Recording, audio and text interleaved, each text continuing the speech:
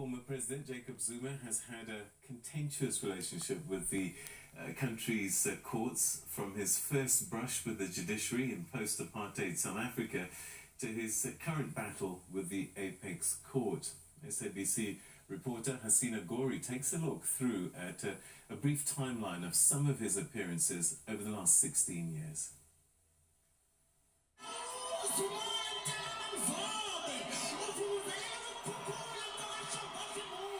Former President Jacob Zuma is no stranger to the country's courthouses.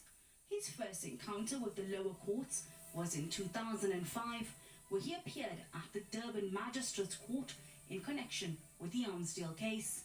The matter went through various courts for 5 years before charges were dropped. Of insufficient direct evidence, that is witness testimony. Our case, insofar as it relates to the Deputy President, relies largely on circumstantial evidence. During that time, Zuma also faced rape charges. He was accused of raping a family friend, Kwezi, at his Johannesburg home. In 2006, he pleaded not guilty and was cleared of all charges. From his early run-ins with the law, Zuma was always supported by crowds outside the courthouse. In 2016, after fervent attempts by the opposition and others to get the Armsdale corruption charges reinstated, the North Gauteng High Court set aside the decision to discontinue Zuma's prosecution.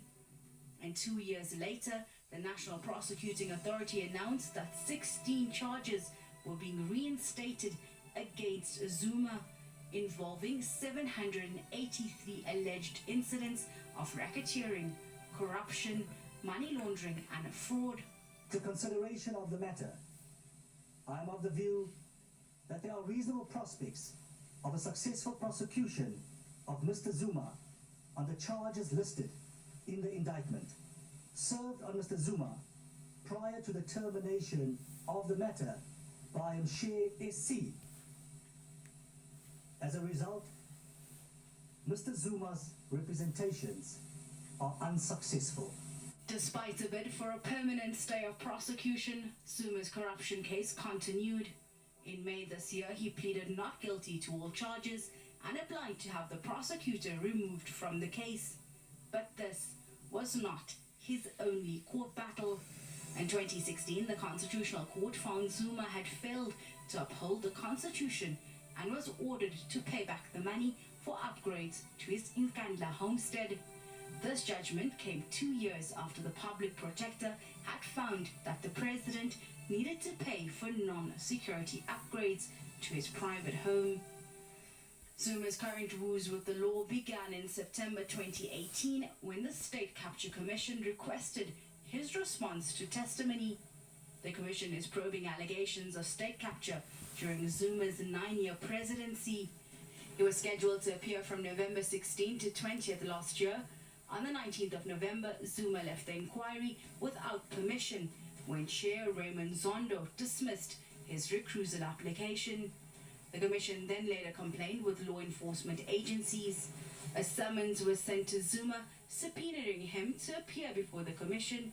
Zuma snubbed this, saying he was being victimized, leading the chair to approach the Constitutional Court earlier this year to order him to attend. The Apex Court instructed that Zuma was obligated to appear and could not remain silent. Mr. Jacob Zuma is ordered to obey all summonses and directives lawfully issued by the Judicial Commission of Inquiry into allegations of state capture, corruption, and fraud in the public sector, including organs of state.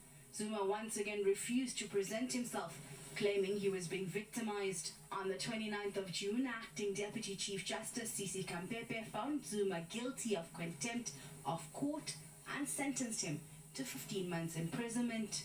Zuma then approached the Pietermaritzburg High Court to prevent his arrest.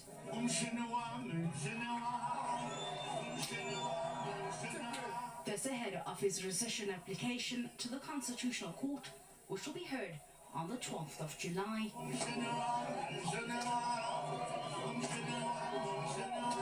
Hasina Gori, SABC News, Johannesburg.